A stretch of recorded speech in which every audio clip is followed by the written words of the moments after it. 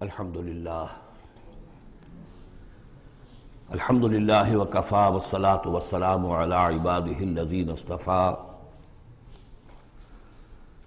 خصوصاً علی افضلہم وخاتم النبیین محمد الامین وعلی آلہ وصحبہ اجمعین. اما بعد فقد قال اللہ تبارک وتعالی کما ورد فی سورة الحدید: اعوذ باللہ من الشیطان الرجیم بسم اللہ الرحمن الرحیم. سبح للہ ما فی السماوات والارض وهو العزیز الحکیم. لہ ملک السماوات والارض یحیی ویمیت وهو علی کل شیء قدیر. هو الاول والآخر والظاہر والباطن وهو بكل شيء علیم. صدق اللہ العظیم. رب اشرح لي صدری ویسر لي امری واحلل عقدۃ من لسانی یفقہوا قولی. اللہم ربنا الہمنا رشدنا واعذنا من شرور انفسنا. اللہم ارنا الحق حقا وارزقنا اتباعہ وارنا الباطل باطلا وارزقنا اجتنابہ. اللہم وفقنا لما تحب وترضى وتقبل منا فإنك خیر المتقبلین. اللہم ارحمنا بالقرآن العظیم واجعلہ لنا اماما ونورا وہدى ورحمہ. اللہم ذکرنا منہ ما نسینا وعلمنا منہ ما جہلنا وارزقنا تلاوتہ آناء اللیل واطراف النہار واجعلہ لنا حجۃ یا رب العالمین آمین. سورہ حدید سے قرآن حکیم میں جو مکی اور مدنی صورتوں کے 7 گروپ ہیں، ان میں سے چھٹے گروپ کی مدنی صورتوں کا آغاز ہو رہا ہے. یہ مقام اس اعتبار سے بہت اہم ہے کہ ایک تو یہ کہ پورے قرآن مجید میں تعداد کے اعتبار سے مدنی صورتوں کا یہ سب سے بڑا گلدستہ ہے. سورہ حدید سے شروع ہو کر جو 27ویں پارے کی آخری صورت ہے، پھر سورہ تحریم تک کہ جو 28ویں پارے کی آخری صورت ہے، یہ مسلسل صورتیں ہیں 10. اگرچہ حجم کے اعتبار سے یہ زیادہ نہیں ہے، 1.25 پارے سے بھی کم، لیکن صورتوں کی تعداد کے اعتبار سے یہ مدنی صورتوں کا سب سے بڑا گلدستہ ہے قرآن حکیم میں. اس لیے کہ ذہن میں تازہ کر لیجئے، پہلے سورہ بقرہ، آل عمران، سورہ نساء، سورہ مائدہ، اگرچہ 6.25 پارے لیکن صورتیں تو 4 ہی تھیں. پھر سورہ انفال، سورہ توبہ 2 صورتیں، پھر سورہ نور 1 صورت، پھر سورہ احزاب 1 صورت، پھر 3 صورتیں سورہ محمد صلی اللہ علیہ وسلم، سورہ فتح اور سورہ حجرات. یہ 10 صورتیں. دوسری نمایاں بات ان کی یہ ہے کہ ان میں سے 5 صورتیں وہ ہیں جن کا آغاز ہوتا ہے سبح للہ یا یسبح للہ کے الفاظ سے. تسبیح کرتی ہے اللہ کی ہر شے جو آسمانوں میں ہے اور ہر شے جو زمین میں ہے. اور یہ تسبیح کا ذکر فعل ماضی میں بھی ہے، فعل مضارع میں بھی ہے. اور فعل مضارع عربی زبان میں حال اور مستقبل دونوں کو کور کرتا ہے. تو گویا کہ زمان و مکان کا پورا احاطہ ہو گیا کہ جو کچھ آسمانوں میں ہے اور جو کچھ زمین میں ہے وہ اللہ کی تسبیح بیان کر رہا ہے، ہمیشہ سے اب بھی کر رہا ہے اور ہمیشہ کرے گا. ان صورتوں کا ایک خصوصی پھر نام ہے، ان میں سے المسبحات، وہ صورتیں کہ جو تسبیح باری تعالیٰ کے ذکر سے شروع ہوتی ہیں. اس میں شامل کرتے ہیں بعض لوگ سورۃ الاعلیٰ کو بھی، سبح اسم ربک الاعلیٰ، لیکن وہاں وہ حکم کی صورت میں ہے. یہ مسبحات جو ہیں اس گروپ میں ان کی خصوصی شان ہے. تیسری بات جو کہ مضامین کے اعتبار سے ہے، بلکہ زمانہ نزول کے اعتبار سے پہلے سمجھ لیجئے. پہلی بات میں نے عرض کی کہ قرآن حکیم میں مدنی صورتوں کا تعداد سور کے لحاظ سے سب سے بڑا گلدستہ. ان میں سے 5 مسبحات.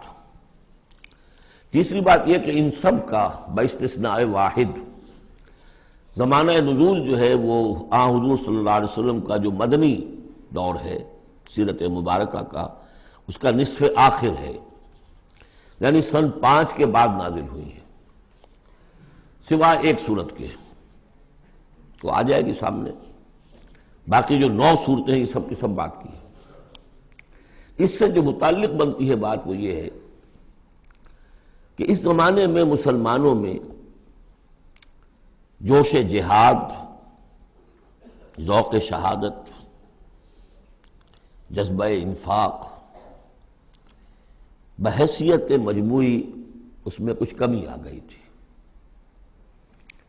یہ کمی میں پہلے بھی اشارہ کر چکا ہوں کہ معاذ اللہ اس اعتبار سے نہیں ہوئی کہ سابقون الاولون کے ذوق میں اور شوق میں اور جذبے میں کمی آ گئی، لیکن چونکہ تعداد بڑھی مسلمانوں کی اور اب اکثریت ان لوگوں کی تھی کہ جو ایمان لائے ہیں ہجرت کے بعد،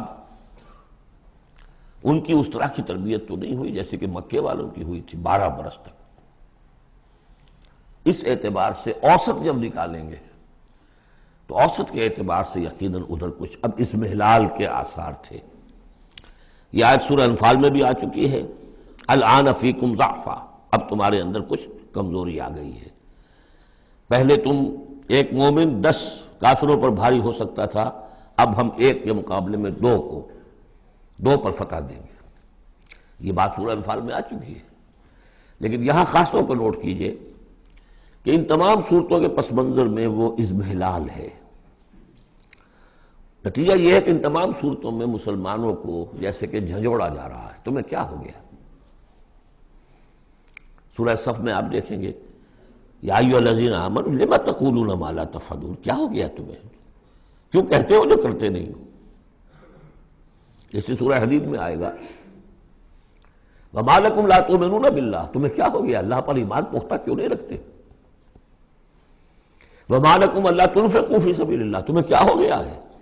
اللہ کے راہ میں خرچ کیوں نہیں کرتے؟ اسی طرح سورہ جمعہ میں وَإِذَا رَأَوْا تِجَارَةً أَوْ لَهْوًا انفضوا إِلَيْهَا وَتَرَكُوكَ قَائِمًا، تو گرفت کا پہلو ہے، پکڑ کا، اور جھنجوڑا جا رہا ہے۔ اس میں یقیناً روح سخن منافقین کی طرف بھی ہے، لیکن بحیثیت مجموع ان صورتوں میں جو اصل خطاب ہے وہ منافقین سے نہیں ہے۔ منافقین کے موضوع پر ایک مکمل صورت بھی ہے، اور سورہ حدید میں بھی اس مرض کا جو ہے اس کی پیتھولوجی پورے طور سے بیان کی گئی، یہ مرض پیدا کیسے ہوتا ہے۔ لیکن یہ ہے کہ عام طور پر جو روح سخن ہے وہ ضعفاء کی طرف ہے، کمزور مسلمان، منافق نہیں، یعنی جن کا ایمان اتنا قوی نہیں ہے کہ ہر چہ باد آباد۔ اور یہ میں آپ سے عرض کر چکا ہوں، یہ فرق تو شروع سے بھی تھا۔ السابقون الاولون من المہاجرین والانصار والذین اتبعوہم باحسان رضی اللہ عنہم ورضوا عنہ، اس درجے کے لوگوں میں بھی سب کے سب ایک جیسے تو نہیں تھے، وہ درجات تو بلند ترین ہے، رضی اللہ عنہم ورضوا عنہ، تو فرق تو تھا۔ اور اگر حفظ مراتب نہ کنی زندگی، تو ان درجات کا جب تک کہ آپ لحاظ نہ رکھیں اور نہ سمجھیں تو بات سمجھ میں نہیں آئے گی۔ اس پہلو سے یہاں اصل خطاب جو منافقین سے نہیں ہے، یعنی یہ سورہ نساء اور سورہ توبہ اس کا جو رنگ ہے اس میں اصل خطاب منافقین سے ہے، یہاں وہ بات نہیں ہے، ضعفاء، کمزور۔ اس اعتبار سے آج کے مسلمانوں کے لیے اہم ترین حصہ قرآن حکیم کا یہ 10 صورتیں ہیں۔ آج کا ایک مسلمان ان 10 صورتوں کو سمجھ لے جو گویا پورے قرآن کا خلاصہ اس کو مل جائے گا۔ ایک تو اس اعتبار سے بھی کہ جیسے میں نے عرض کیا نفاق کا مضمون آیا سورہ نساء میں، سورہ مائدہ میں، سورہ توبہ میں، اور بھی صورتوں میں آیا، سورہ قتال سے شروع ہو گیا۔ لیکن یہ کہ ایک چھوٹی سی صورت ہے 11 آیتوں کی اس مجموعے میں، سورۃ المنافقون، وہ خلاصہ ہے اس پوری بحث کا۔ ایمان کی بحث تو مکی صورتوں میں 2/3 قرآن مکی صورتوں پہ مشتمل ہے۔ اب اس میں التذکیر میں آلاء اللہ جو ہے وہ نکال دیجئے تو ساری بحث ایمان ہی کی تو ہے، توحید کی، آخرت کی، معاد کی، باس بعد الموت کی، رسالت کی۔ اتنی لمبی چوڑی بحث کو سورہ تغابن 18 آیات پر مشتمل ایک سورت ہے. واقعہ یہ ہے کہ خلاصہ نکال دیا گیا، اتر کشید کر کے رکھ دیا گیا. تو ایک تو اس اعتبار سے بھی کہ اگر ان صورتوں کو سمجھ لیا جائے تو پورے قرآن کا خلاصہ سمجھ لیجئے کہ ان میں موجود ہے. سوا پارہ ہے، سوا پارے سے بھی کم ہے. اور دوسرے اس اعتبار سے کہ آج جو ہم مسلمان ہیں تو ہم تو در حقیقت نسلی مسلمان ہیں کہ ہم چونکہ بائی ایکسیڈنٹ آف برتھ، ایک حادثہ ہے یہ، ہمارے لیے اس میں کوئی فیصلہ تو نہیں تھا کہ ہم مسلمان ماں باپ کے گھر پیدا ہوں گے. اس بات نن آف اوور چوائس. اللہ نے ہمیں پیدا کر دیا مسلمان ماں باپ کے گھر، تو ہم نے اللہ، رسول، آخرت، نماز، روزہ یہ بچپن ہی سے سیکھ لیا. لیکن وہ ایمان، قلبی یقین والا ایمان، وہ تو شاذ ہی کسی کو نصیب ہوتا ہے. ڈھونڈ اب اس کو چراغ رخ زیبا لے کر. لہذا ہماری عظیم اکثریت اس وقت منافق بھی نہیں ہے. ہم دھوکہ دینے کے لیے تو نہیں ایمان لائے ہم، الحمدللہ منافق اس معنی میں نہیں ہے. تو ہماری عظیم اکثریت جو ہے وہ اس کیٹیگری میں فال کرتی ہے جو سورہ حجرات میں ہم پڑھ آئے ہیں. قالت الاعراب آمنا قل لم تؤمنوا ولكن قولوا اسلمنا ولما يدخل الايمان في قلوبكم. اور وہاں میں بتا چکا ہوں وہ منافقین کا تذکرہ نہیں ہے، اس لیے کہ آگے فرما دیا وَإِن تُطِيعُوا اللَّهَ وَرَسُولَهُ لَا يَلِتْكُم مِّنْ أَعْمَالِكُمْ شَيْئًا. حالانکہ بہت بڑے علماء بھی اس مغالطے میں مبتلا ہو گئے. منافقین کا تذکرہ وہ نہیں ہے. وہ مسلمان کے جو مسلمان ہیں بس ہیں مسلمان، چاہے اس وجہ سے ہے کہ پورا قبیلہ اسلام لا رہا تھا تو چلو بھائی اب چلو ہم بھی ایمان لے آئے، اور چاہے اس وجہ سے کہ ہم مسلمان ماں باپ کے گھر پیدا ہو گئے، کوئی ڈفرنس نہیں ہے. لیکن نیت میں بھی کوئی دھوکہ دینا نہیں ہے. اس وقت بھی کچھ لوگ تھے جو دھوکہ دینے کے لیے ایمان لائے تھے، وہ منافق تھے. لیکن وہ لوگ کہ جن کے دل میں نہ تو مثبت طور پر خلوص والا ایمان تھا اور نہ ہی کوئی منفی طور پر کوئی نفاق تھا، وہ تھے بین. ہماری اکثریت انہی پر مشتمل ہے. لہذا ہمارے اعتبار سے یہ قرآن حکیم کا جامع ترین اہم ترین حصہ ہے. اور یہی وجہ ہے کہ جس میں نے مطالعہ قرآن حکیم کے منتخب نصاب کا بار بار حوالہ دیا ہے، اس گروپ میں سے اس کی کئی صورتیں پوری شامل ہیں. اس کا جو چھٹا حصہ ہے وہ صرف سورہ حدید پر مشتمل ہے جو ابھی ہم شروع کریں گے. باقی سورہ جمعہ، سورہ صف، سورہ منافقون، سورہ تغابن، پھر سورہ تحریم کا، یہ ساری چیزیں یہ ہماری یعنی تقریباً 5 غالباً صورتیں ان 10 میں سے ہمارے اس منتخب نصاب میں شامل ہیں. ان مسبحات میں سے بھی سورہ حدید جو ہے اس کو کہیے کہ ام المسبحات، اہم ترین صورت، بلند ترین صورت. اور میں تحدیثاً للنعمہ عرض کر رہا ہوں کہ بارہا میں نے یہ کہا ہے کہ اللہ کا بہت بڑا فضل و کرم مجھ پر ہوا ہے کہ میں یہ بھی کہہ سکتا ہوں کہ اللہ نے یہ صورت مجھے عطا فرمائی ہے. اس پر میرا غور و فکر، سوچ بچار 50s سے شروع ہو چکا تھا، آج سے 40 سال سے بھی پہلے. اور اللہ تعالیٰ نے مجھے انشراح دیا اس صورت کے بارے میں اور اس کے حوالے سے. اب اس کے دروس میرے 15 گھنٹے پر بھی ہیں، اس کے بھی کیسٹس ہیں، اس کے بھی ویڈیوز ہیں. ظاہر بات ہے کہ مجھے اس وقت 1 گھنٹے میں اس کو مکمل کرنا ہے. اس میں جو مباحث ہیں عظیم، ان میں سے تو ایک چاہتا ہے کہ عظیم لیکچر اس پر ہو. بہرحال آج جتنا کچھ بھی ہو سکے گا ہوگا. باقی اس سے اگر آپ میں شوق پیدا ہو جائے تو ایک تو یہ کہ 6 گھنٹے کے شاید ہے یا 5 گھنٹے کے کیسٹ بھی ہیں اس کے، اور یہ کہ 15 گھنٹے کے کیسٹ بھی ہیں اور ویڈیوز بھی ہیں غالباً اس کے. بہرحال چلیے بس اس لیے تمجید کافی، اس سے زیادہ وقت ہم صرف نہیں کر سکتے. سبح للہ ما فی السماوات والارض، تسبیح کرتی ہے اللہ کی ہر وہ شے جو آسمان میں ہے اور زمین میں ہے. وہو العزیز الحکیم، اور وہ زبردست ہے، کمال حکمت والا. آگے چل کر دیکھیے گا کہ اس میں پھر اضافہ ہوگا، سبح للہ ما فی السماوات وما فی الارض، اور ایمفیسس.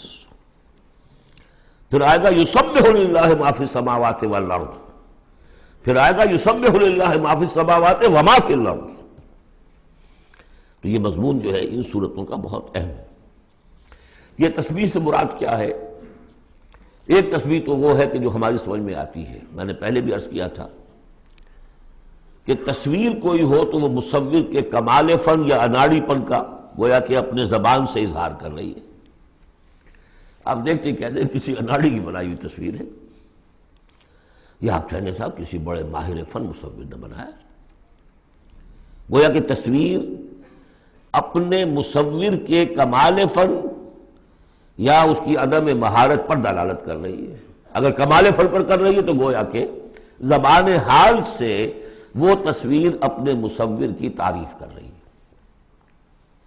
اس معنی میں کائنات کا ذرہ ذرہ اپنے وجود سے گواہی دے رہا ہے، میرا پیدا کرنے والا، میرا صانع، میرا خالق، میرا باری، میرا مصور ہر عیب سے پاک ہے، ہر نقص سے پاک ہے، ایک ہستی کامل ہے، اس کے علم میں، اس کی قدرت میں، اس کی حکمت میں کہیں کوئی کمی نہیں۔ یہ تسبیح حالی ہے، زبان حال سے۔ اور جیسے کہ سورہ بنی اسرائیل میں ہم دیکھ آئے ہیں، یہ بھی ہو سکتا ہے کہ اللہ نے ہر ایک شے کو زبان دی ہو۔ سورہ حامیم سجدہ میں بھی الفاظ آئے، ہمارے ہاتھ پاؤں کہیں گے الیوم انطقنا اللہ الذی انطق کل شیء، آج ہمیں اس اللہ نے زبان دے دی، اس نے ہر شے کو زبان دی ہے، تو ہر شے کی بھی زبان ہو سکتی ہے۔ اور سورہ بنی اسرائیل میں تھا وَإِن مِّن شَيْءٍ إِلَّا يُسَبِّحُ بِحَمْدِهِ وَلَٰكِن لَّا تَفْقَهُونَ تَسْبِيحَهُمْ، تو زبان حال والی تسبیح تو ہماری سمجھ میں آ رہی ہے، ہو سکتا ہے اور معلوم ہوتا ہے کہ وہ ہے ایک کوئی دوسرا پہلو بھی جو ہماری سمجھ سے بالا تر ہے۔ وَهُوَ الْعَزِيزُ الْحَكِيمُ، یہ دو اسماء اللہ تعالیٰ کے بار بار آئے ہیں، بہت مرتبہ آئے ہیں، اور ان صورتوں میں خاص طور پر آپ دیکھیں گے بہت تکرار ہوگی ان کی۔ اس کی وجہ کیا ہے کہ ایک تو یہ کہ یہ دو اسماء جو ہیں اس اعتبار سے ان کا جوڑا جو ہے معنوی اعتبار سے بہت اہم ہے۔ العزیز وہ ہستی کہ جس کا اختیار مطلق ہے، لیکن ہمارا تصور یہ ہے کہ جہاں اختیار زیادہ آ جاتا ہے کرپشن آ جاتی ہے۔ چنانچہ پولیٹیکل سائنس کا تو ایکسیم ہے، یہ فارمولا ہے، authority tends to corrupt and absolute authority corrupts absolutely۔ لہذا ساری جو کوشش ہوتی ہے، دستور بنایا جاتا ہے چیکس اینڈ بیلنسز، جہاں اختیار ہے وہاں پہ کوئی چیکس اینڈ بیلنسز بھی ہونے چاہیے۔ اللہ پر کوئی چیک اینڈ بیلنس ہو ہی نہیں سکتا، کس کا ہوگا؟ تو وہ اختیار مطلق العزیز، اس کو بیلنس جو شے کر رہی وہ الحکیم بھی ہے، اس کی حکمت بھی کامل ہے، اس کا کوئی فعل، اس کا کوئی فیصلہ، اس کا کوئی عمل حکمت سے خالی نہیں ہے۔ یہ دونوں گویا کہ ایک دوسرے کے ساتھ ہے، العزیز الحکیم۔ لہو ملک السماوات والارض، کیونکہ اس سورہ مبارکہ میں خاص طور پر دین، ایک دین کی حیثیت سے کہ جس میں ایک نظام، پورا نظام زندگی آئے اور حکومت بھی اس کے اندر شامل ہو، اللہ کی حکومت، لہذا یہ شانیں جو ہے خاص طور پر نمایاں کی جائیں گی۔ لہو ملک السماوات والارض، اس کے لیے ہے آسمانوں اور زمین کی بادشاہی۔ یحیی و یمیت، وہی زندہ رکھتا ہے، وہی مارتا ہے۔ وَهُوَ عَلَىٰ كُلِّ شَيْءٍ قَدِيرٌ، وہ ہر چیز پر قادر ہے۔ اس سورہ مبارکہ کی پہلی 6 آیات میں اللہ تعالیٰ کے اسماء و صفات کا جو ذکر ہو رہا ہے وہ پورے قرآن میں اس اعتبار سے منفرد ہے کہ بلند ترین سطح پر انتہائی جامعیت کے ساتھ، فلسفے اور منطق کی بلند ترین سطح پر ہے، لیکن میرے پاس وقت نہیں ہے کہ میں تفصیل میں جا سکوں۔ تیسری آیت اس کی وہ ہے جس کے بارے میں میں نے آپ کو پہلے سنایا تھا، امام راضی کا قول کہ آ کر کھڑے ہو گئے اس مقام پر جیسے کہ خوف زدہ ہو انسان، دہشت زدہ۔ هو الاول والآخر والظاہر والباطن وهو بكل شيء علیم، وہی اول ہے، وہی آخر ہے، وہی ظاہر ہے، وہی باطن ہے۔ کیا سمجھے اس کو؟ وہی وہ ہے، پھر یہ کیا ہے؟ غالب کا بڑا پیارا شعر ہے، جبکہ تجھ بن نہیں کوئی موجود، پھر یہ ہنگامہ ہے خدا کیا ہے؟ وہی اول، وہی آخر، وہی ظاہر، وہی باطن۔ یہ ہے وہ مقام جس پر کہ آ کر کھڑے ہو گئے امام راضی، اعلم ان ھذا المقام مقام غامض مہیب عمیق، خبردار، ہوشیار کہ رہبر دم تیغست قدم رہا، ہوشیار ہو جاؤ، تلوار کی دھار پر قدم آ گیا ہے تمہارا۔ یہ ہے وہ مسئلہ کہ جس کو ہمارے بعض صوفیہ وحدت الوجود سے تعبیر کرتے ہیں، لیکن یہ فلسفے کا مشکل ترین مسئلہ ہے۔ وحدت وجود کی ایک تعبیر وہ بھی ہے جو کفر ہے، شرک ہے، اما اس جس کے کفر اور شرک ہونے میں کسی کو اختلاف نہیں، لیکن یہ کہ یہ عام لوگوں کی سمجھ میں آنے والی بات ہے نہیں۔ میں نے امکانی حد تک سمجھایا ہے اور مجھے اطمینان ہے، اور مجھے اس کی سند حاصل ہوئی تھی پروفیسر یوسف سلیم چشتی صاحب سے۔ ایک مرتبہ انہوں نے میرا اسی صورت کا درس سنا، انہوں نے کہا کہ بھائی مجھے 50 سال ہو گئے اس وحدت وجود کو پڑھتے پڑھاتے سمجھتے سمجھاتے، لیکن تم نے اپنے ایک اس درس قرآن میں جس طرح اس کو واضح کیا میں آج تک نہیں کر سکا۔ یہ الفاظ تھے پروفیسر یوسف سلیم چشتی صاحب کے۔ بہرحال اب اس میں یوں سمجھ دیجئے یہ کائنات حادث ہے، ہم جانتے ہیں کہ حادث ہے، ہمیشہ سے تو نہیں ہے۔ پہلے کون تھا؟ اللہ تھا۔ تو کائنات کا آغاز کہاں سے ہوا؟ اللہ سے۔ پھر ہم پڑھ رہے ہیں کل من علیہا فان ویبقی وجہ ربک ذو الجلال والاکرام، ایک وقت آئے گا کچھ نہیں رہے گا، وجہ ربک ذو الجلال والاکرام رہ جائے گا۔ تو آخر کون ہوا؟ اللہ۔ اب یہ اول و آخر کے مابین جو ہے اس کا ظاہر بھی وہ ہے، باطن بھی وہ ہے۔ یہ بہت مشکل مسئلہ ہے، لیکن یہ کہ اس کو ایک حدیث نے عام لوگوں کے لیے آسان کر دیا ہے۔ حضور یہ دعا کرتے تھے، اے اللہ انت الاول فلیس قبلک شیء، تو وہ پہلا ہے کہ جس سے پہلے کوئی شے نہیں تھی، وانت الآخر فلیس بعدک شیء، تو وہ آخر ہے کہ تیرے بعد کچھ نہیں، وانت الظاہر فلیس فوقک شیء، تو اس سے اوپر کوئی شے نہیں، وانت الباطن فلیس دونک شیء۔ بہرحال اس کو اسی حد تک اس وقت رکھیے، جن کو زیادہ شوق ہو جائے وہ پھر میرے وہ تفصیلی کیسٹس کی طرف رجوع کریں۔ هو الاول والآخر والظاہر والباطن وهو بكل شیء علیم، وہ ہر چیز کا علم رکھتا ہے۔ اب تو واضح ہو گیا ہے ہی وہ۔ اس سے پہلے ہم پڑھا تھے نحن اقرب الیہ من حبل الورید، تو اس حوالے سے تو یہ دو صفات اللہ کی خاص طور پر آپ دیکھیں گے قرآن میں، علی کل شیء قدیر بکل شیء علیم، دو چیزیں آئیں گی خاص طور پر، ہر چیز کا علم رکھنے والا، ہر چیز پر قادر۔ هو الذی خلق السماوات والارض فی ستۃ ایام، وہی ہے جس نے بنائے آسمان اور زمین 6 دنوں میں، ثم استوى علی العرش، پھر متمکن ہوا تخت حکومت پر، عرش پر۔ یعلم ما یلج فی الارض، یہ پہلے بھی آیت آ چکی ہے سورہ فاطر میں غالباً یا سورہ سبا میں۔ وہ جانتا ہے جو کچھ کے داخل ہوتا ہے زمین میں، وما یخرج منہا، جو کچھ نکلتا ہے اس سے، وما ینزل من السماء، اور جو کچھ اترتا ہے آسمان سے، وما یعرج فیہا، اور جو چڑھتا ہے اس میں، وہو معکم، ویسے پانی بھی اترتا ہے، بخارات بھی چڑھتے ہیں، فرشتے اترتے ہیں احکام خداوندی لے کر اور پھر وہ چڑھتے ہیں، یا تو انسانوں کی جانیں لے کر بھی چڑھ رہے ہوتے ہیں، یا یہ کہ جو بھی یہاں پر ہو رہا ہے اس کی رپورٹس لے کر چڑھتے ہیں۔ زمین کے اندر پانی جذب ہوتا ہے، بیج داخل ہوتا ہے، نکلتا ہے پودا، ان تمام چیزوں کا احاطہ کیا۔ وَهُوَ مَعَكُمْ أَيْنَمَا كُنْتُمْ، تم جہاں کہیں بھی ہوتے ہو وہ تمہارے ساتھ ہوتا ہے۔ وَاللَّهُ بِمَا تَعْمَلُونَ بَصِيرٌ، اللہ تعالیٰ جو کچھ تم کر رہے ہو اسے دیکھ رہا ہے، خود چشمدید گواہ ہے۔ پھر دیکھیے لَهُ مُلْكُ السَّمَاوَاتِ وَالْأَرْضِ، توحید کا یہ تقاضا کہ بادشاہی اسی کی ہو، ایک عقیدے کی توحید ہے بس، کہ بادشاہی اسی کی ہو۔ لَهُ مُلْكُ السَّمَاوَاتِ، آسمان اور زمین کی بادشاہی اسی کی ہے۔ وَإِلَى اللَّهِ تُرْجَعُ الْأُمُورُ، اب تمام معاملات اسی کی طرف لوٹا دیے جائیں گے۔ یولج اللیل فی النہار ویولج النہار فی اللیل، وہ پرو لاتا ہے رات کو دن میں اور پرو لاتا ہے دن کو رات میں، یہ مضمون بھی کئی مرتبہ آ چکا ہے۔ وَهُوَ عَلِيمٌ بِذَاتِ الصُّدُورِ، علم کو دیکھیے کتنی مرتبہ دہرایا ہے، بِكُلِّ شَيْءٍ عَلِيمٌ، يَعْلَمُ مَا يَلِجُ فِي الْأَرْضِ وَمَا يَخْرُجُ مِنْهَا وَمَا يَنزِلُ مِنَ السَّمَاءِ وَمَا يَعْرُجُ فِيهَا اور یہاں ہوا علیم بذات الصدور، سینوں کے اندر جو کچھ ہے اس کو بھی جانتا ہے۔ یہ 6 آیات ہیں، یہ پہلا حصہ ہے سورۃ مبارکہ کا، اور یہ شاندار تمہید بنی۔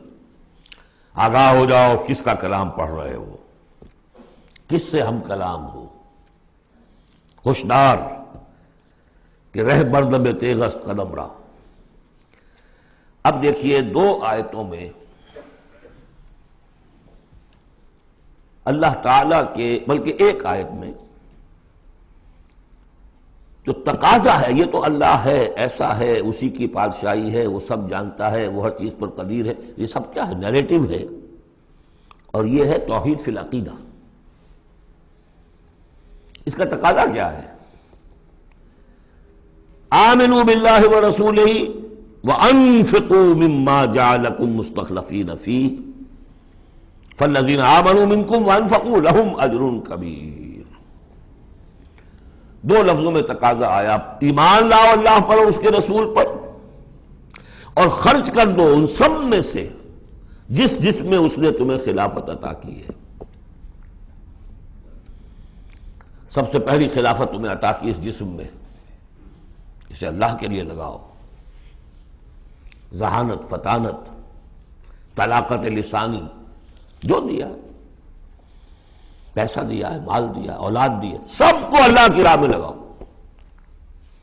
یہ نفق کا لفظ پیسے کے خرچ کے لیے بھی آتا ہے، جان کے خرچ کے لیے بھی آتا ہے۔ نفقت الدراہم، پیسے ختم ہو گئے، نفق الفرس، گھوڑا مر گیا، تو نفق کا لفظ دونوں کے لیے آتا ہے۔ تو انفقوا مما جعلکم مستخلفین فی، جس چیز میں تمہیں استخلاف عطا کیا ہے لگاؤ، خرچ کرو، صرف کر دو۔ یہ 2 تقاضے ہیں۔ اصل میں یوں سمجھیے کہ جو سورہ حجرات میں 2 تقاضے آئے تھے، آمنوا باللہ ورسولہ، سورہ حجرات میں آئے تھے انما المؤمنون الذین آمنوا باللہ ورسولہ ثم لم یرتابوا وجاہدوا باموالہم وانفسہم فی سبیل اللہ۔ حقیقی مومن تو صرف وہ ہے جو ایمان لائے اللہ پر، اس کے رسول پر، پھر شک میں بالکل نہیں پڑے، اور انہوں نے جہاد کیا اللہ کی راہ میں، اور کھپا دیے جان بھی اور مال بھی، وہی سچے ہیں۔ یہاں پر 2 ہیں، ان میں دونوں میں ایک سے تو مشترک ہو گئی، آمنوا باللہ ورسولہ، ایمان لاؤ اللہ پر، اس کے رسول پر، جیسے کہ ایمان کا حق ہے۔ وانفقوا، اور خرچ کر دو، انفاق مال، انفاق نفس، بذل نفس، دونوں چیزیں آ جائیں گی۔ مما جعلکم مستخلفین فیہ، اب اگر یہ 2 کام کر دو تو تمہارے وارے نیارے ہیں، تم کامیاب ہو۔ فالذین آمنوا منکم وانفقوا لہم اجر کبیر، تو جو تم میں سے یہ 2 تقاضے پورے کر دیں، ایمان لائیں جیسے کہ ایمان کا حق ہے، یقین والا ایمان، اور انفاق کر دیں، خرچ کر دیں، لگا دیں، کھپا دیں، اپنے آپ کو بھی اور اپنی تمام جو بھی کچھ اپنی ملکیت ہے، جو اوساد و سامان ہے، لہم اجر کبیر۔ اب دیکھیے نظم، دیکھیے اب 2 آیتوں میں وہ ڈانٹ کا، ڈپٹ کا، زجر کا معاملہ ہو رہا ہے۔ وَمَا لَكُمْ لَا تُؤْمِنُونَ بِاللَّهِ، تمہیں کیا ہو گیا ہے، کیوں نہیں ایمان رکھتے اللہ پر؟ وَالرَّسُولُ يَدْعُوكُمْ لِتُؤْمِنُوا بِرَبِّكُمْ، جبکہ ہمارے رسول محمد صلی اللہ علیہ وسلم تمہیں دعوت دے رہے ہیں، وہ ابھی موجود ہیں تمہارے مابین، تمہیں کیا ہو گیا؟ وہ تمہیں دعوت دے رہے ہیں کہ تم ایمان رکھو اپنے رب پر۔ وَقَدْ أَخَذَ مِيثَاقَكُمْ، اور دیکھو تم سے عہد لے چکا ہے تمہارا رب۔ اگر تم ایمان کا دعویٰ کرتے ہو تو عہد در عہد، ایک عہد تو تم لے کر آئے تھے، کر کے آئے تھے، أَلَسْتُ بِرَبِّكُمْ قَالُوا بَلَىٰ، پھر ایک عہد تم نے کیا سَمِعْنَا وَأَطَعْنَا، پھر تم نے عہد کیا ان اللہ اشترى من المؤمنین انفسهم واموالهم بان لهم الجنہ، بیع و شرح ہو چکی ہے۔ وقد اخذ میثاقکم، وہ تم سے عہد لے چکا ہے، ان کنتم مؤمنین، اگر تم حقیقتاً مومن ہو، دعویٰ تو کر رہے ہو ایمان کا۔ ساتھ ہی اب راستہ بتا دیا، اگر تم اپنی گریبان میں جھانکو اور محسوس کرو کہ وہ یقین والا ایمان تو نہیں ہے، اندر تو کچھ خلاصہ ہے، اللہ کرے کہ ہمیں اس کا احساس ہو جائے، اپنی گریبانوں میں جھانکیں۔ اسلام تو ہے، اللہ کا شکر ہے، جو یہاں آئے ہوئے ہیں، دور دور سے آئے ہوئے ہیں، تو اسلام تو ہے، روزہ نماز تو ہے، لیکن اپنے اندر جھانکے وہ ایمان، یقین والا ایمان۔ اگر احساس ہو جائے کہ نہیں ہے تو معلوم ہونا چاہیے کہاں سے ملے گا یہ۔ هو الذی ينزل على عبده آیات بینات لیخرجکم من الظلمات الى النور، وہی تو ہے جو اپنے رب، اپنے بندے پر صلی اللہ علیہ وسلم یہ آیات بینات نازل کر رہا ہے تاکہ نکالے تمہیں اندھیروں سے روشنی کی طرف۔ گویا کہ ایمان حقیقی، یقین والے ایمان کا منبع، سرچشمہ، اس کی سورس یہ ہے اللہ کی کتاب۔ اسے پڑھو، سمجھ کر پڑھو، تدبر کرو، غور و فکر کرو، محسوس کرو گے کہ تمہارے اندر ایک ہلچل ہے، تمہاری فطرت کے تار، یہ قرآن چھیڑے گا انہیں۔ نغمے بیتاب ہے تاروں سے نکلنے کے لیے، ایک ذرا چھیڑ تو دے زخمہ مضراب حیات، اور اس سے خود تمہارے اندر سے ابھر کر ایمان اندر سے ابھرے گا۔ تمہارے اندر ہے، سویا ہوا ہے، تمہاری روح میں ہے، ڈورمنٹ ہے، صرف ایکٹیویٹ کرنے کی بات ہے، اور یہ آیات قرآنیہ انہیں ایکٹیویٹ کرتی ہیں۔ هو الذی ينزل على عبده آیات بینات لیخرجکم من الظلمات الى النور وان اللہ بکم لرؤوف رحیم، اور یقیناً اللہ تمہارے حق میں بہت رؤوف اور رحیم ہے۔ اب آپ نے دیکھ لیا سورس جو ہے اس ایمان کا وہ کیا ہے، قرآن۔ سورہ شورى میں ہم دیکھ آئے ہیں خود حضور کو کہاں سے ملا، وَكَذَلِكَ أَوْحَيْنَا إِلَيْكَ رُوحًا مِّنْ أَمْرِنَا مَا كُنْتَ تَدْرِي مَا الْكِتَابُ وَلَا الْإِيمَانُ وَلَكِنْ جَعَلْنَاهُ نُورًا نَهْدِي بِهِ مَن نَّشَاءُ مِنْ عِبَادِنَا۔ اے نبی، آپ کو تو معلوم نہیں تھا کتاب کسے کہتے ہیں، شریعت کسے کہتے ہیں، نہ آپ تورات سے واقف، نہ آپ انجیل سے واقف، آپ تو مکے کے امیین میں سے تھے۔ ایمان کسے کہتے ہیں؟ وَلَكِنْ جَعَلْنَاهُ، اس قرآن کو ہم نے نور بنا کر آپ پر اتارا ہے۔ وہ ایمان جو ہے اب آپ کا باطن اس سے جگمگا اٹھا ہے، اب آپ جو ہے گویا کہ اب روشنی کا مینار ہیں، اب آپ ہدایت دیں گے سیدھے راستے کی طرف۔ اسی کو مولانا ظفر علی خان نے کہا ہے بہت خوبصورتی لیکن بہت سادگی سے، وہ جنس نہیں ایمان جسے لے آئیں دکانیں فلسفہ سے، ڈھونڈے سے ملے گی عاقل کو یہ قرآن کے سپاہوں۔ اچھا، ایک بات تو ہو گئی کہ تم ایمان کیوں نہیں، تمہارا پختہ کیوں نہیں ہے، یہ ڈھلمل یقین ایمان کیوں لیے پھر رہے ہو، یہ شکوک و شبہات کے کانٹے جس میں چبھے ہوئے ہیں اس ایمان کے ساتھ گزارا کیوں کر رہے ہو؟ اگر اس میں کمی ہے تو پہلے اس کمی کو پورا کرو، چھوڑ دو دھندے، کچھ دن نکال لو، ایک سال نکال لو اپنی زندگی میں سے کہ کم سے کم اتنی عربی سیکھ لیں کہ یہ قرآن ہمارے دلوں کے تاروں کو چھیڑ سکے۔ وہ اسی وقت ہوگا تیرے ضمیر پہ جب تک نہ ہو نزول کتاب، گرہ کشا ہے نہ رازی نہ صاحب کشاف۔ انسپیریشن قرآن سے، ترجمے سے نہیں مل سکتی، ناممکن ہے۔ مفہوم سمجھ لیں گے، دماغ میں کچھ چیزیں آ جائیں گی، لیکن وہ جو قلب کو متحرک کرنا ہے، اس کو انسپائر کرنا ہے، وہ اسی وقت ہوگا۔ اب دوسری ڈانٹ، وَمَا لَكُمْ أَلَّا تُنْفِقُوا فِي سَبِيلِ اللَّهِ، تمہیں کیا ہو گیا، خرچ کیوں نہیں کرتے اللہ کی راہ میں؟ وَلِلَّهِ مِيرَاثُ السَّمَاوَاتِ وَالْأَرْضِ، آسمان اور زمین کی ساری وراثت تو بالآخر اللہ ہی کے لیے رہ جائے گی، تمہارے پاس رہ جائیں گے یہ محل، یہ کوٹھیاں، یہ فیکٹریاں، تم آج ہو کل نہیں ہوگے، جو اگلے ہوں گے وہ بھی پھر نہیں ہوں گے، کائنات تو اسی کی ہے، وارث وہی ہے، الوارث وہی تو ہے، اور تم سینت سینت کے رکھ رہے ہو۔ وَمَا لَكُمْ أَلَّا تُنْفِقُوا فِي سَبِيلِ اللَّهِ، اور انفاق میں نوٹ کر لیجیے، میں بتا چکا ہوں کہ انفاق کے اندر انفاق مال بھی ہے، انفاق نفس بھی ہے، بذل نفس، جان کھپانا، وہ واضح ہو جائے گا۔ وَلِلَّهِ مِيرَاثُ السَّمَاوَاتِ وَالْأَرْضِ لَا يَسْتَوِي مِنْكُمْ مَنْ أَنْفَقَ مِنْ قَبْلِ الْفَتْحِ وَقَاتَلَ، برابر نہیں ہے تم میں سے وہ جنہوں نے انفاق کیا اور قتال کیا فتح سے پہلے، قتال آ گیا، جان کھپانے کے لیے میدان میں آئے۔ انفاق جو کہا تھا آیت نمبر 7 میں، وہ صرف مال کا نہیں، جان کا بھی ہے۔ اور انفاق جان جو ہے اس کا سب سے بڑا موقع کیا ہے؟ جنگ، جہاں آپ نقد جان ہتھیلی پر رکھ کر حاضر ہوتے. وہ تو اگر جان بچ جائے تو گویا کہ بونس ہے. اللہ جو جاتا ہے جنگ میں وہ پورا رسک لے کر جاتا ہے. اب یہاں بات یہ بتائی گئی کہ جو فتح سے پہلے ایمان لائے تھے جبکہ اسلام کمزور تھا، اور انہوں نے قتال کیا اس وقت جبکہ مسلمانوں کی طاقت بہت کم تھی، ان کا درجہ اولئک اعظم درجۃ من الذین انفقوا من بعد وقاتلوا، ان کا بہت اونچا درجہ ہے، بہت عظیم درجہ ہے ان لوگوں کے مقابلے میں کہ جنہوں نے انفاق کیا اور قتال کیا فتح کے بعد. وَكُلًّا وَعَدَ اللَّهُ الْحُسْنَىٰ. اب فتح کے بعد سے صاف ظاہر ہو رہا ہے کہ یہ صورت کم سے کم سن 6 کے بعد نازل ہوئی ہے، اس لیے کہ فتح تو پہلی جو ہے وہ سن 6 میں صلح حدیبیہ کی شکل میں حاصل ہوئی ہے، اِنَّا فَتَحْنَا لَكَ فَتْحًا مُبِينًا. اور پھر جو ظاہری فتح تھی وہ تو فتح مکہ ہے، وہ سن 8 میں ہے.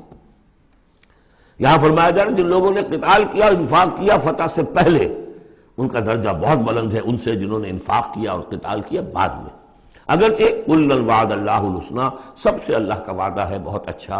وَاللَّهُ بِمَا تَعْمَلُونَ خَبِيرٌ، اور جو کچھ تم کر رہے ہو اللہ اس سے باخبر ہے. اب آئی پکار، اس کو اب کھلے دل سے بیدار دل سے سنیے. میرا خالق آپ کا خالق، میرا مالک آپ کا مالک، اس کائنات کا مالک. من ذا الذی یقرض اللہ قرضا حسنا، کون ہے وہ جو اللہ کو قرض حسنا دے؟ ہے ہمت دینے کی؟ من ذا الذی یقرض اللہ قرضا حسنا فیضاعفہ لہ، اللہ اس کے لیے اسے دگنا بھی کرتا رہے گا. وَلَهُ أَجْرٌ عَظِيمٌ، اور ان کے لیے بہت بڑا اجر بھی ہوگا. لگاؤ اپنی مال اللہ کے راہ میں لگاؤ اور کھپاؤ، اپنی جانیں اللہ کی راہ میں لگاؤ اور کھپاؤ. اور جان لیجیے کہ جان کا کھپنا اور مال کا کھپنا ایک یہ کہ شہادت یا موت سے پہلے تو برابر چیز ہے. آپ اپنی جان کی قوت، صلاحیت، ذہانت، فطانت یہ خرچ کرتے ہیں تو مال کماتے ہیں نا. اور مال آپ کے پاس ہو تو آپ جس کو چاہیں امپلائے کر لیں. ذہانت، صلاحیت، فطانت سب آپ خرید سکتے ہیں پیسے سے. تو اگر کسی نے وقت لگایا ہے تو مال لگایا ہے. ٹائم از منی. اپنی جان کما رہا ہے تو وہ مال لگا رہا ہے، اس لیے کہ اسی جان کو کما کر وہ مال کما سکتا تھا. اس لیے انفاق جان، انفاق مال، یہ ایک شے.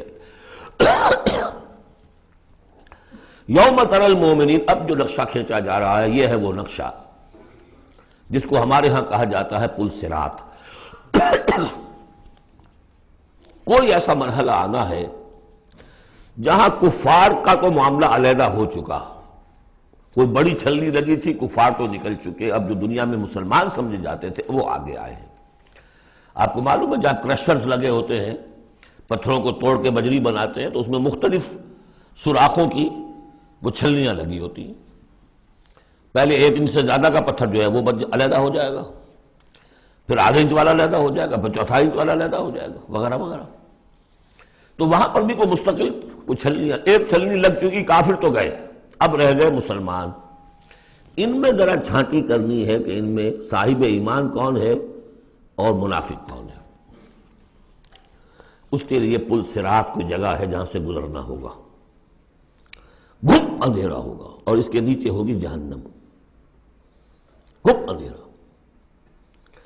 اور جن کے پاس ایمان تھا دنیا میں انہیں روشنی مل جائے گی، یہاں ان کے قلب سے روشنی نکل رہی ہوگی.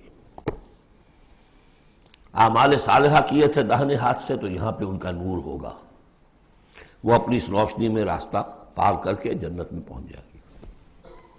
اور جن کے پاس یہ روشنی نہیں تھی، چاہے وہ مسلمانوں میں شریک تھے، چاہے مسلمانوں کے قائد ہوں، بہت بڑے قائد ہوں، لیکن اگر وہ نور ایمان سے محروم تھے اور اعمال صالحہ کی کوئی پونجی نہیں تھی، انہیں روشنی نہیں ملے گی.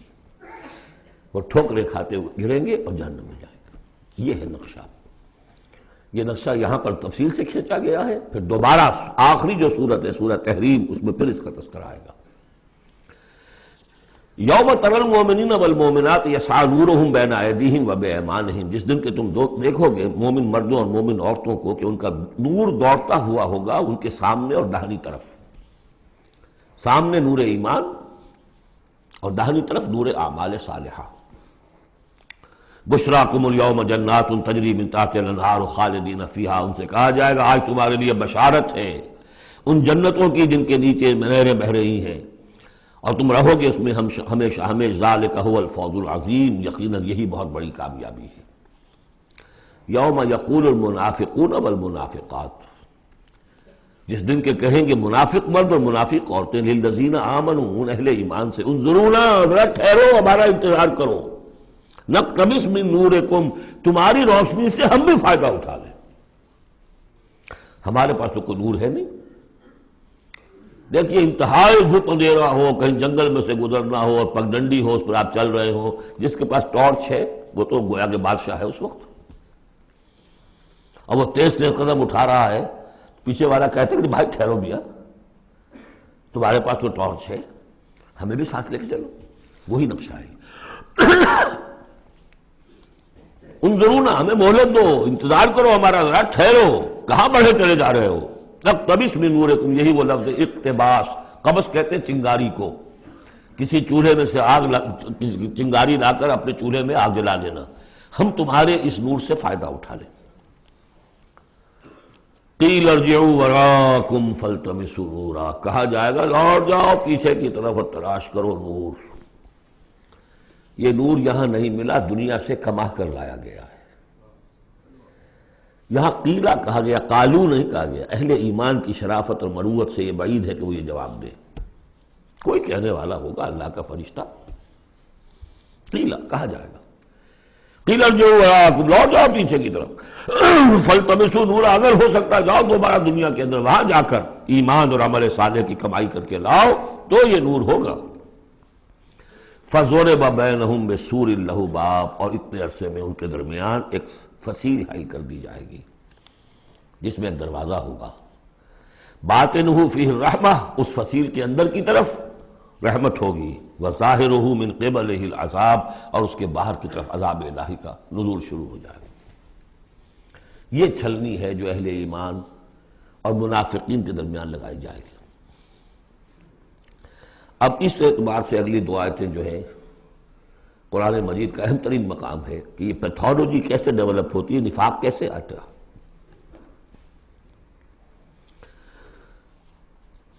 ینادونہم الم نکن معکم، وہ منافق کہیں گے اے مسلمانوں کیا ہم تمہارے ساتھ نہ تھے؟ تمہارے ساتھ مسجد نبوی میں ہم نمازیں پڑھتے تھے، عیدیں پڑھتے تھے، ہم تمہارے ساتھ تھے۔ الم نکن معکم، کیا ہم تمہارے ساتھ نہ تھے؟ قالوا بلا، اب وہ کہیں گے ہاں تھے تو ہمارے ساتھ، کیوں نہیں تھے؟ ولکنکم فتنتم انفسکم، تم نے اپنے آپ کو فتنے میں ڈالا۔ فتنہ کیا ہے؟ انما اموالکم واولادکم فتنہ، مال اور اولاد سے ضرورت سے زیادہ محبت، اگر اللہ اور اس کے رسول اور اس کی راہ میں جہاد سے زیادہ محبت ہے اہل و عیال سے اور مال سے، تم نے اپنے آپ کو اپنے ہاتھوں فتنے میں ڈال لیا۔ یہاں ذرا وہ آیت اب یاد کر لیجئے جو سورہ توبہ میں ہم پڑھا ہے، آیت نمبر 24، قل ان کان آباؤکم وابناؤکم واخوانکم وازواجکم وعشیرتکم واموال اقترفتموها وتجارۃ تخشون کسادها ومساکن ترضونها احب الیکم من اللہ ورسولہ وجہاد فی سبیلہ فتربصوا حتی یاتی اللہ بامرہ واللہ لا یہدی القوم الفاسقین۔ اے نبی ان سے کہہ دیجئے کہ اگر تمہیں اپنے باپ اور بیٹے اور بھائی اور بیویاں اور رشتہ دار اور وہ مال جو بڑی محنت سے جمع کیے ہیں، وہ تجارت جس کی کساد کا تمہیں اندیشہ رہتا ہے، اور وہ حویلیاں اور محل جو تمہیں بڑے محبوب ہیں، اگر ان 8 چیزوں کی محبت زیادہ ہے تمہارے دل میں اللہ اور اس کے رسول اور اس کی راہ میں جہاد کی محبت سے، تو جاؤ دفع ہو جاؤ، انتظار کرو یہاں تک کہ اللہ اپنا فیصلہ سنا دے۔ یہ ترازو کس نے ٹلٹ کی ادھر؟ یہ 8 والا پلڑا کیوں ہوا نیچے؟ کیوں نہیں یہ 3 والا نیچے گیا؟ یہ تمہارا فیصلہ ہے، اٹ واز یور چوائس، لہذا فتنتم انفسکم، تم نے خود اپنے آپ کو فتنے میں ڈالا، اور یہ فتنے میں جب ڈالا وَتَرَبَّصْتُمْ، نتیجہ تربص نکلا، وہی جو آیت ختم ہوئی آیت نمبر 24 سورہ توبہ کی، فَتَرَبَّصُوا، گو مگو میں آدمی مبتلا ہو جاتا ہے، چلوں نہ چلوں، بڑھوں نہ بڑھوں، قدم بڑھاتا ہوں تو یہ خطرات آتے ہیں، یہ مصیبتیں آتی ہیں، رک جاتا ہوں تو باز پرس ہوتی ہے، پوچھا جائے گا، اچھا چلو جھوٹ بول کے جان بچا لوں گا، اس سے آگے بڑھنا شروع ہوتا ہے بس۔ وَلَٰكِنَّكُمْ فَتَنْتُمْ أَنفُسَكُمْ وَتَرَبَّصْتُمْ وَارْتَبْتُمْ، اور پھر ایک مرحلہ آتا ہے کہ وہ ایمان کی تھوڑی بہت پونجی جو تھی اس میں ریب اور شکوک و شبہات کے کانٹے چبھنے شروع ہو جاتے ہیں، کیا پتہ ہوگی بھی کہ نہیں آخرت، یہ دنیا نقد ہے، اس کی لذت نقد، اس کی کلفت نقد، اس کا عیش نقد، اس کی تکلیف نقد، پتہ نہیں دنیا ہوگی بھی کہ نہیں، آخرت ہوگی کہ نہیں ہوگی، پھر شکوک و شبہات آئیں گے۔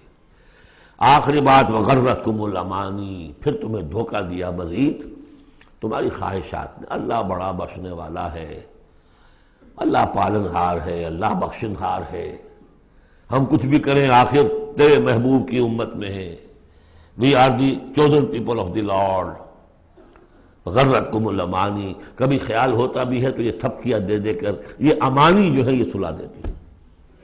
وغرکم باللہ الغرور حتی جاء امر اللہ، یہاں تک کہ اللہ کا فیصلہ آ گیا، وغرکم باللہ الغرور، اور تمہیں خوب دھوکہ دیا اللہ کے نام پر اس دھوکے باز نے، شیطان لعین نے، یہ سورہ لقمان میں آ چکا ہے۔ فلا یغرنکم الحیات الدنیا ولا یغرنکم باللہ الغرور، یہ ہے سٹیجز۔ دنیا، مال، اسباب، اولاد، کاروبار، ان چیزوں میں اتنا انہماک کہ اللہ اور اس کا رسول اور اللہ کی راہ میں جہاد کی جو محبت ہے وہ کم تر ہو جائے، یہ نقطہ آغاز ہے۔ یہاں سے تربص سے ریب و شکوک، اور ریب و شکوک سے آگے نفاق۔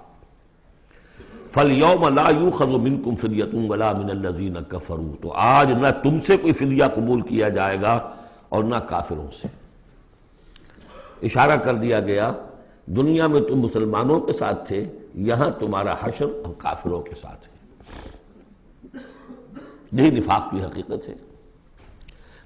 منافق دنیا میں مسلمان شمار ہوتا ہے، قانون میں مسلمان ہے، آخرت میں جا کر پردہ کھلے گا کہ ایمان کی حقیقت تو تھی ہی نہیں، یہ تو ایک عقیدہ تھا، لیے پھرتا تھا، ایک ڈوگما تھا، دل میں وہ بات نہیں تھی۔ وَلَمَّا يَدْخُلِ الْإِيمَانُ فِي قُلُوبِكُمْ، وہ ایمان ابھی تمہارے دلوں میں داخل نہیں ہوا تھا، دل کے اندر ایمان نہیں تو نور کہاں سے آ جائے گا، اور دل میں ایمان نہیں تو جو نیکی بھی کر رہے ہیں وہ دکھاوے کی نیکی ہے، وہ دنیا میں لوگوں کے اندر شہرت حاصل کرنے کی نیکی ہے۔ ہاں ایمان یہاں ہے تو اب نیکی جو ہے اس کے اندر نور ہے۔ فَالْيَوْمَ لَا يُؤْخَذُ مِنْكُمْ فِدْيَةٌ وَلَا مِنَ الَّذِينَ كَفَرُوا مَأْوَاكُمُ النَّارُ وَهِيَ مَوْلَاكُمْ وَبِئْسَ الْمَصِيرُ، اب تو تمہارا ٹھکانہ تو آگ ہی ہے اور وہ بہت برا ٹھکانہ ہے، وہی تمہاری مولا ہے، غم خار ہے، دم ساز ہے، کوئی اپنا شکوہ شکایت کرنی ہے، کوئی نالا و فریاد، اسی سے کہو جو کچھ کہنا ہے، بئس المصیر، اور وہ بہت برا ٹھکانہ ہے۔ اب یہ سب کچھ اگر آپ نے سن لیا تو اب یہ آپ سے ایک اور سوال اللہ تعالیٰ کر رہے ہیں، أَلَمْ يَأْنِ لِلَّذِينَ آمَنُوا أَن تَخْشَعَ قُلُوبُهُمْ لِذِكْرِ اللَّهِ وَمَا نَزَلَ مِنَ الْحَقِّ، کیا وقت آ نہیں گیا اہل ایمان کے لیے کہ ان کے دل جھک جائیں اللہ کی یاد میں اور اس کے سامنے کے جو حق میں سے نازل ہو چکا ہے؟ یاد ہے اس قرآن کے بارے میں سورہ بنی اسرائیل میں کیا پڑھا تھا؟ وَبِالْحَقِّ أَنزَلْنَاهُ وَبِالْحَقِّ نَزَلَ، ہم نے اس کو نازل کیا حق کے ساتھ اور یہ نازل ہوا ہے حق کے ساتھ۔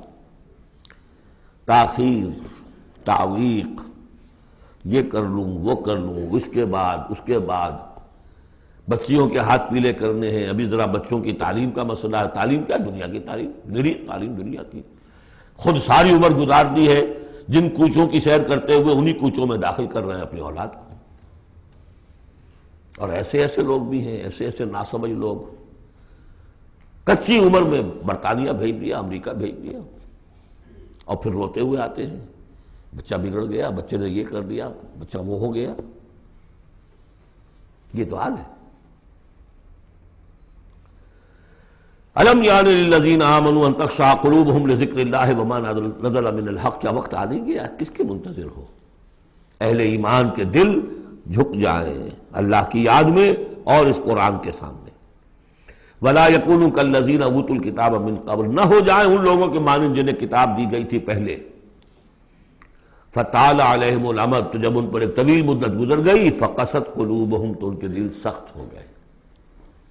یاد ہے سورہ بقرہ کی آیت، ثُمَّ قَسَتْ قُلُوبُكُمْ فَهِيَ كَالْحِجَارَةِ أَوْ أَشَدُّ قَسْوَةً، پھر پتھروں کی طرح سخت، اس سے بھی زیادہ سخت. وَكَثِيرٌ مِّنْهُمْ فَاسِقُونَ، اور ان کی اکثریت فاسقوں پر، فاجروں پر مشتمل ہے. دیکھ لو ایک راستہ وہ ہے، اب بھی نہ مڑو گے، اب بھی نہ توبہ کرو گے، اب بھی نہ باز آؤ گے، تو پھر دیکھ لو نشان عبرت کے طور پر وہ موجود ہے قوم. ثم قست قلوبکم فہی کالحجارۃ او اشد قسوہ. اعلموا، اب ساتھ ہی جہاں یہ ذرا ڈانٹ ڈپٹ کا انداز ہے، ہمت افزائی بھی، گھبراؤ نہیں. اگر تم یہ محسوس کرتے ہو کہ دل کی زمین، دل کی کھیتی ایمان کے اعتبار سے بنجر ہے، کچھ نہیں اس میں، تب بھی گھبراؤ نہیں، مایوس نہ ہو. اعلموا ان اللہ یحیی الارض بعد موتها، جان لو اللہ تعالیٰ زندہ کر دیتا ہے زمین کو اس کے مرنے کے بعد. زمین دیکھتے ہو بے آب و گیا بڑی ہوتی ہے، بنجر، بارش برستی ہے تو وہ زندہ ہو جاتی ہے. اللہ تمہارے دلوں کی کھیتی کو بھی اثر نو، ایمان کی فصل بخش سکتا ہے. مایوس نہ ہو. اعلموا ان اللہ یحیی الارض بعد موتها قد بینا لکم الآیات لعلکم تعقلون، ہم نے تو تمہارے لیے اپنی آیات خوب واضح کر دی ہیں تاکہ تم عقل سے کام لو. یعنی ہمت نہ ہارو، کوشش کرو. کھیتیاں دوبارہ اس کے اندر فصل آ جایا کرتی ہے، بارش برستی ہے، ہاں لیکن کھیتی کے اندر کچھ ہل چلانا پڑتا ہے، بیج ڈالنا پڑتا ہے، مشقت کرنی پڑتی ہے. تو یہاں بھی تمہیں ایک حل چلانا ہوگا، اور وہ حل چلانا کیا ہے؟ یہ مال کی محبت ہے کہ جو اس زمین کے اندر جس نے کہ بنجر بنا دیا ہے، اس کو حل چلاؤ، مال کی محبت نکالو. ان المصدقین والمصدقات واقرضوا اللہ قرضا حسنا یضاعف لهم ولهم اجر کبیر.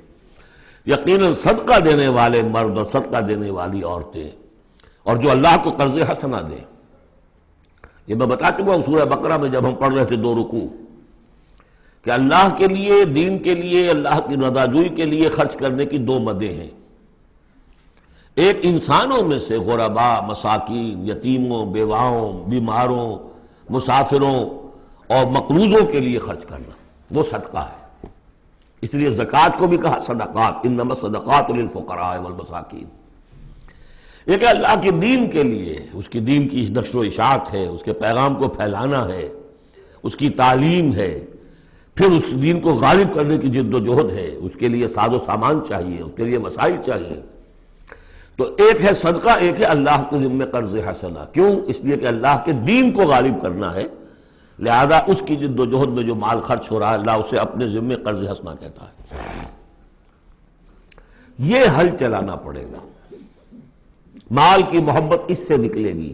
صدقہ دو گے، اللہ کو قرض حسنہ دو گے، تو یہ جو اس نے بریک لگی ہوئی ہے، جیسے گاڑی کو بریک لگی ہوئی ہے اور آپ جو ہے ایکسلریٹر کو دبا رہے ہیں، تو وہ تو لاکنگ کرے گی، وہیں کی وہیں کھڑی رہ جائے گی، چلے گی تو نہیں. کیسے چلے؟ بریک لگی ہوئی ہے. اس بریک کو کھولو پہلے، اور وہ بریک کیا ہے؟ مال کی محبت. اس کا علاج کیا ہے؟ انفاق. ان المصدقین والمصدقات واقرضوا اللہ قرضا حسنا یضاعف لهم ولهم اجر کریم والذین آمنوا باللہ ورسلہ اولئک هم الصدیقون والشہداء عند ربہم. اب آخری مرتبہ یہ صدیقیت اور شہادت کا بھی مضمون ہمارے ہاں پھر آ گیا. اگر یہ بریک کھل گیا، اب گاڑی کو چلاؤ، گاڑی چلے گی. لیکن اب مختلف طبائع کی مناسبت سے اگر تو تمہارا مزاج صدیقین والا ہے، صدیقیت کے مرتبے کو پہنچ جاؤ گے. اگر مزاج شہادت والا ہے، شہداء کے مقام کو حاصل کر لو گے. اولئک مع الذین انعم اللہ علیہم من النبیین والصدیقین والشہداء والصالحین. بریک لگی بھی ہے تو کچھ نہیں ہوگا. مال کی بریک کھولو، گاڑی چلاؤ، جو یہ کر لیں گے والذین آمنوا باللہ ورسولہ، اب ایمان اور اللہ پر اور اس کے رسول پر ایمان کا اب یہ ایکسیلریٹر دباؤ گے تو نتیجہ کیا نکلے گا؟ اولئک ھم الصدیقون والشہداء عند ربہم، انہی میں سے صدیق ہوں گے، انہی میں سے شہداء ہوں گے ان کے رب کے پاس. لہم اجرہم ونورہم، ان کے لیے ہوں گے ان کا اجر اور ان کا نور. اجر بھی ملے گا، نور بھی ملے گا. نور وہ جو آخرت میں ملنا ہے، میدان حشر میں ملنا ہے، پل صراط پر گزرنے کے لیے ملنا ہے. اور اجر وہ ہے جو جنت میں داخل ہو کر ملے گا. لہم اجرہم ونورہم والذین کفروا وکذبوا بآیاتنا اولئک اصحاب الجحیم، اور جن لوگوں نے کفر کیا اور ہماری آیات کو جھٹلایا یہ لوگ ہیں جہنمی. اعلموا انما الحیاۃ الدنیا لعب ولہو وزینۃ وتفاخر بینکم وتکاثر فی الاموال والاولاد. اب جو چیز بریک تھی اس کو سمجھ لو، بریک کی حقیقت کیا ہے؟ دنیا کی محبت. جان لو کہ یہ دنیا کی محبت کیا ہے اس کے سوا کہ کچھ عرصہ کھیل کود میں گزرتا ہے. لعب، بچپن میں اور کسی چیز سے کوئی دلچسپی نہیں ہوتی. باپ کا کاروبار ٹھیک چل رہا ہے کہ نہیں چل رہا ہے، بچے کو اس سے کیا غرض، انہیں تو اپنا کھیل کود کرنا ہے. لہو، ذرا سا ٹین ایج آئی تو اب کھیل معصوم کھیل نہیں رہتا، اس میں کچھ سینشول گریٹیفیکیشن شروع ہو جاتی ہے. لہو. اور اسی وقت جو ہے زینت، بناؤ سنگھار بہت ہوتا ہے. بہت اس ایج میں مردوں کو بھی خیال ہوتا ہے ٹھیک ٹھاک لباس ہو، پورا جو ہے ہمارے فیشن کے مطابق ہو.